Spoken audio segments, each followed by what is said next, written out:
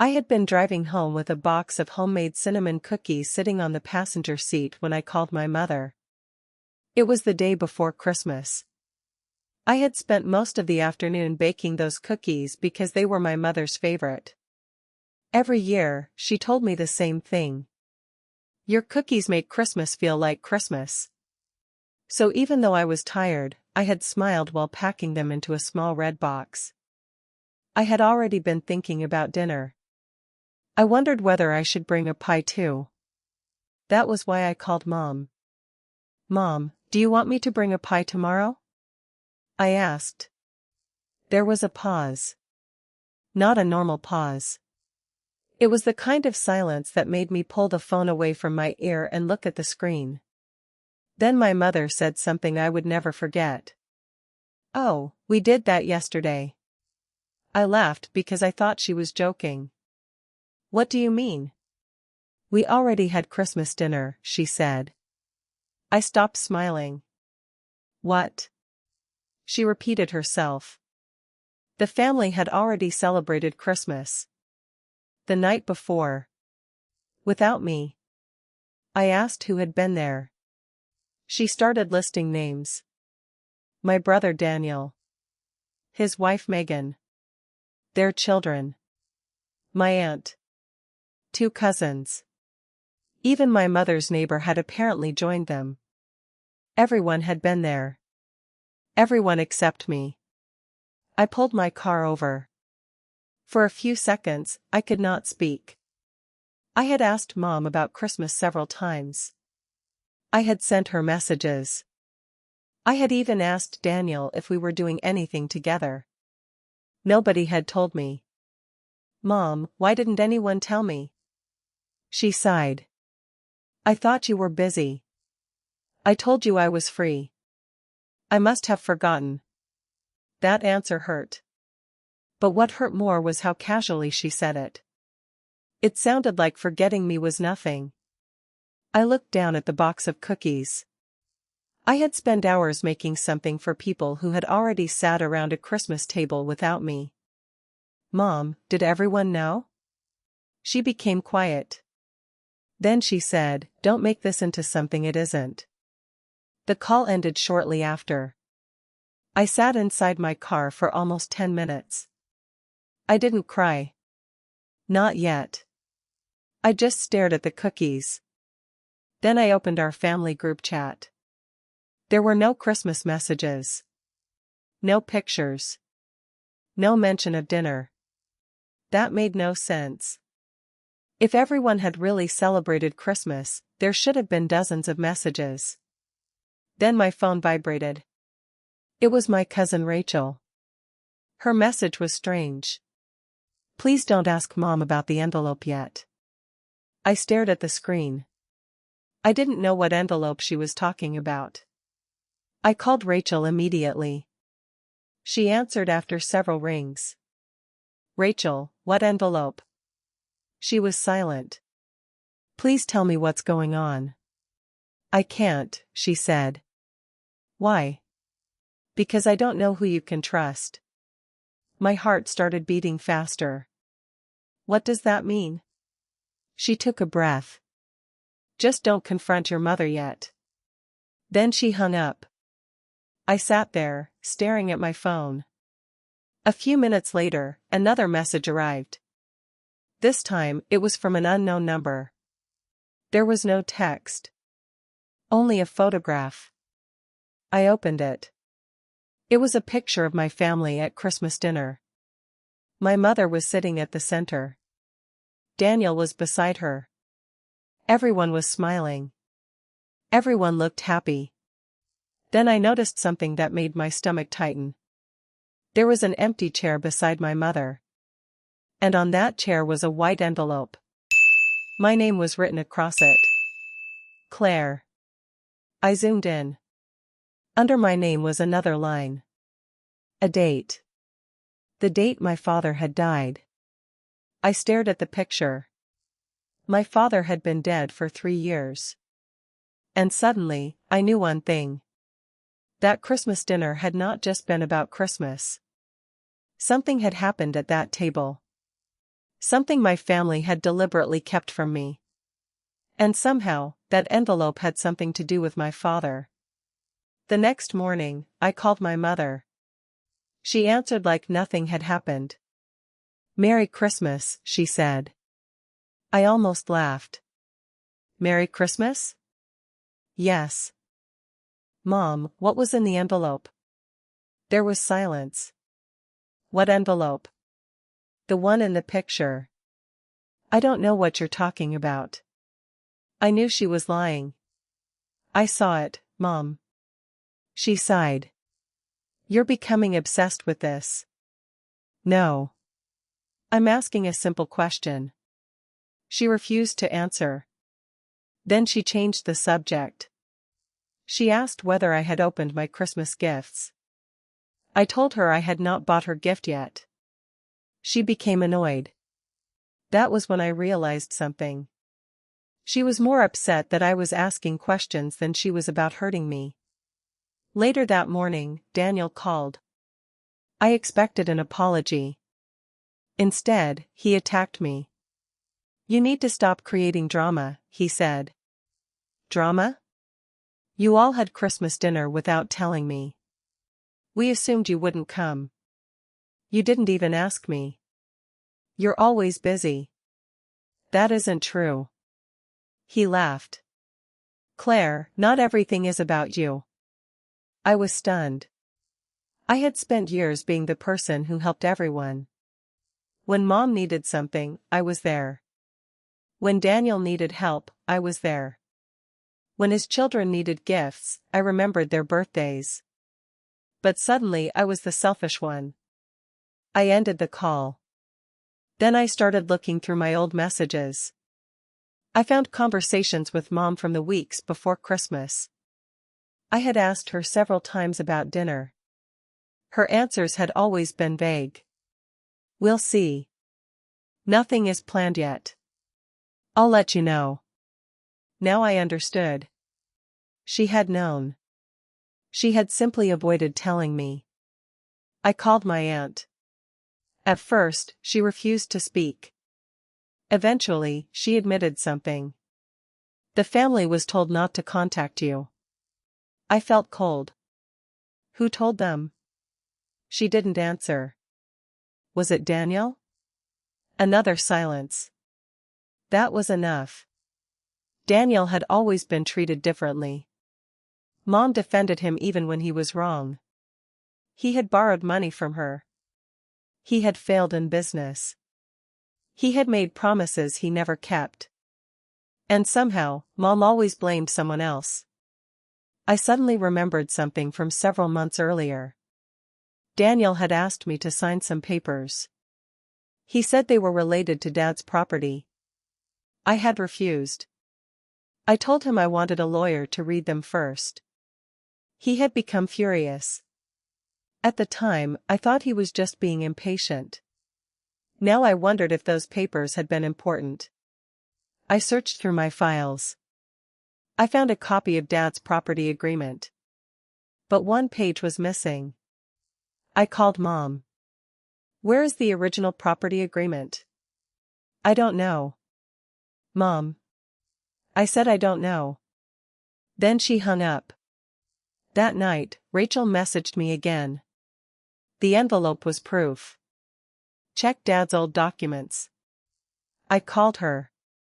This time, she answered. "Rachel, what did they do?" She took a long breath. "I don't know everything." "But you know something." "Yes." "What?"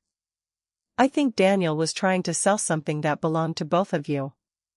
My heart stopped. "What?" "Your father's property." I sat down. I had always believed Dad had left everything settled. Mom had told me that Daniel had received the property. I had never questioned it. But suddenly, I wondered why Daniel had needed my signature. And why my family had celebrated Christmas without me. Then Rachel said something that made everything worse. "Claire, I think they planned to get you to sign something at Christmas." I went to Mom's house the next morning. She looked nervous when she saw me. I need Dad's documents, I said. You don't need to look through those. Yes, I do. Claire, this is becoming unhealthy. No, I said. The lies are unhealthy. She stared at me. For several seconds, neither of us spoke. Finally, she handed me the key to the storage room. I went inside. Dad had kept everything organized. Old bank statements. Property papers. Letters. Insurance documents. Photographs. I searched through boxes for almost an hour. Then I found a small metal box. I remembered it immediately. Dad had always kept important papers inside it. I opened it. There was a letter with my name on it. My hand started shaking. I opened the envelope. The letter was from Dad. He had written it months before he died. He explained that he wanted his property divided equally between Daniel and me. But then I read something that changed everything. Neither of us could sell or transfer the property without the other's written approval. I read the sentence again. Then again. Daniel couldn't sell it without me. I found another document. It was a property transfer form. And at the bottom was a signature. My signature. Except I had never signed it. Someone had copied my name. I took pictures of everything. Then I heard footsteps. Mom walked into the room. She saw the documents. Her face went pale. Put those back. No. Claire, please. No.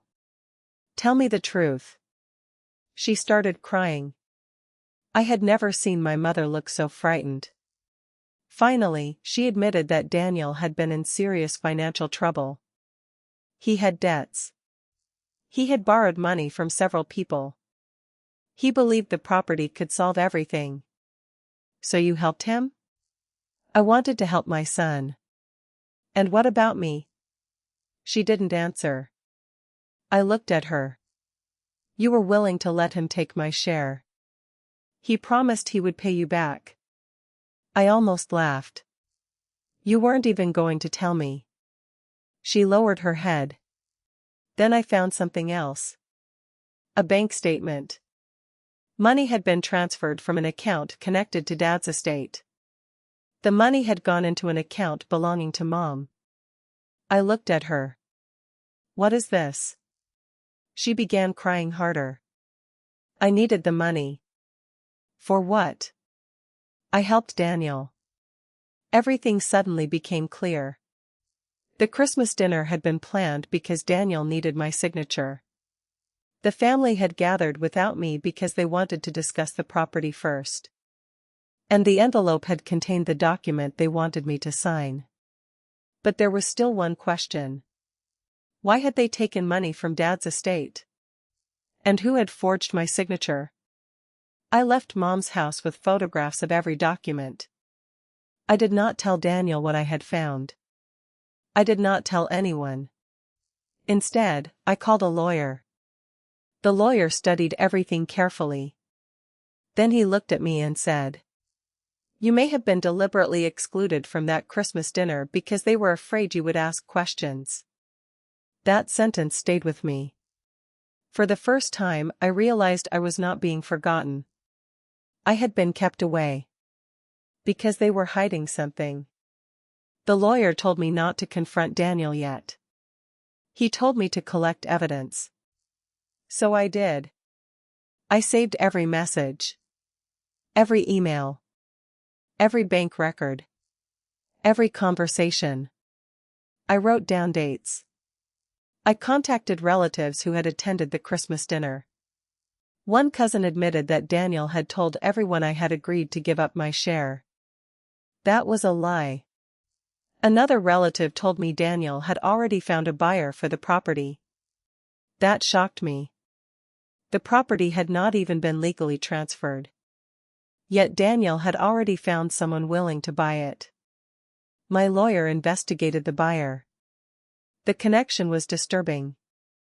The buyer was a business partner of Daniel.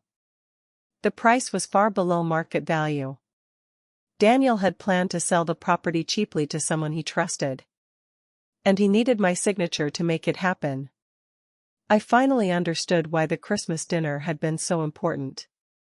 They had wanted me surrounded by family. They wanted me emotional. They wanted me to sign quickly. Maybe they thought I would be too embarrassed to say no. Maybe they thought I would trust Mom.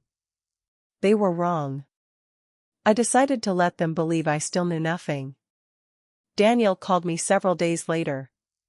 His voice was friendly. "Claire, I think we should move past all this Christmas stuff." "Maybe," I said. "You know Mom is upset." "I know. You don't want to destroy the family over a misunderstanding." I almost smiled. A misunderstanding. That was what he called it. I asked him about Dad's property. There was a pause. "What about it?" "Nothing," I said. He relaxed. That told me everything. He thought I still didn't know. I met my lawyer again. He prepared a formal notice protecting my ownership. Then he told me something else. The forged signature could become a serious legal matter. But he needed one missing record. A document showing who had submitted the transfer. We searched. Eventually, we found it. The transfer request had been submitted through a legal office. And the person who delivered the papers had signed their name. It was Daniel. I stared at the document. There was no way for him to explain that. But my lawyer wasn't finished. He had also found another bank record. It showed that money had moved from the estate account to Mom. Then from Mom to Daniel. I finally had the proof. My family had not simply forgotten me at Christmas. They had planned around me. They had lied to me. And they had expected me to stay quiet. But there was still one thing I didn't know. Who had sent me that photograph? And why had Rachel been so afraid? Then my lawyer called. I found out who placed the envelope on that chair. My heart started beating faster. Who? He paused. It wasn't Daniel. I arranged a family meeting. Everyone came. Mom. Daniel. Megan. My aunt. Rachel. Several other relatives. Daniel looked confident. He probably thought I wanted to apologize. Instead, I placed copies of the property documents on the table. Nobody spoke. I looked at Daniel. "I know what you tried to do." His face changed. He denied everything. He said the documents were being misunderstood. I showed him the property agreement. Then I showed him the forged signature. Then the bank records. His confidence disappeared. Mom started crying. Daniel looked at her. "Mom, don't say anything." That was when I knew. She had been protecting him. I asked her directly. "Did you help him?" She couldn't answer. Then she finally nodded. She admitted that she had moved money from Dad's estate. She admitted that Daniel had asked her to help him. She admitted that they had planned to sell the property. Then I asked the question that had haunted me for weeks. Why wasn't I invited to Christmas? Mom cried. Daniel stayed silent. Finally, Mom said, "Because we wanted you to sign the papers." The room went completely silent. I had already suspected it. But hearing my mother admit it still hurt. She said they had planned to talk to me after dinner. They thought the family atmosphere would make me more likely to agree. But because I had not been invited, the plan had failed. Then Rachel spoke. I sent the photograph. Everyone turned toward her. Rachel explained that she had discovered the forged document before Christmas. She had seen Daniel preparing everything. She had been afraid to confront him. So she secretly photographed the dinner. Then she sent the picture to me. The envelope had contained the papers they wanted me to sign. Rachel had wanted me to know before it was too late. I looked at my mother. "Why?" she cried. "I thought you would forgive us." That sentence broke something inside me. She had not thought I would fight. She had counted on forgiveness. She had believed I would always come back. I stood up. Daniel suddenly became desperate. "Claire, please." He said he could fix everything. He promised to repay the money. He promised to leave me alone. He begged me to sign the papers. I looked at him. Then I said, "I will consider helping you after you tell everyone the truth." He stared at me. "What? You heard me." He refused. So my lawyer explained the legal situation. The property could not be sold without my approval. The buyer had no legal claim. The planned sale was dead. Daniel's face went pale. His entire plan had collapsed. Then my lawyer revealed one more thing. The forged document was now part of the legal investigation. Daniel could no longer pretend it had been a mistake. The relatives around the table finally understood everything. For the first time, nobody blamed me. Nobody called me dramatic. Nobody told me to forgive.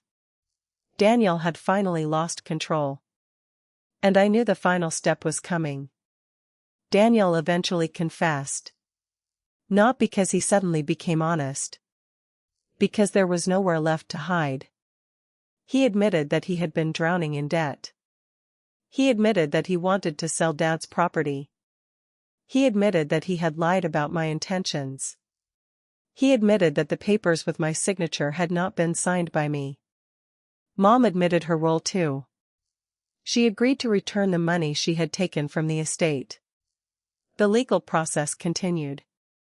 The property sale was cancelled. Daniel lost the buyer. His business partner walked away. And Daniel was left to deal with his own debts. For years, I had believed revenge meant making someone suffer. But I learned something different. My revenge was refusing to save them from the consequences of what they had done. I did not scream. I did not insult them. I did not destroy their lives. I simply stopped protecting them. I kept my share of Dad's property. At first, I thought about selling it. Then I changed my mind. I renovated the house. I turned it into a small holiday rental. The property Daniel had tried to steal became the beginning of my financial independence. Months later, Christmas came again. This time, I hosted the dinner. Rachel came. My aunt came. The relatives who had supported me came. I even invited Mom. But I gave her one condition. She had to respect my boundaries. She agreed. Daniel was not invited. Not yet. He first needed to take responsibility for what he had done. I stood in the kitchen that evening, preparing cinnamon cookies. The same cookies I had made before the Christmas that changed everything. I remembered sitting in my car with that box beside me. I remembered Mom saying, "Oh, we did that yesterday." Back then, I thought that sentence had broken my heart. Now I understood that it had saved me. If my mother had invited me to that dinner, I might have trusted her. I might have signed the papers. I might have lost Dad's property without even knowing what had happened. Being excluded had hurt. But it had also exposed the truth. I carried the cookies into the dining room. There were no secrets. No hidden envelopes. No fake signatures. No family meeting designed to pressure me. There was simply a table. And this time I knew exactly who belonged at it. I looked at the empty chair beside me. For the first time, it did not represent rejection. It represented choice. I could decide who came into my life. I could decide what I accepted. And I could finally stop begging people to give me the place I already deserved. I had not destroyed my family. I had simply stopped allowing my family to destroy me. That was my revenge. And it had been more satisfying than anything I could have done to them. Because while they had spent Christmas trying to take something from me, I had spent the following year building something they could never take away. A life of my own. A future of my own. And finally, peace.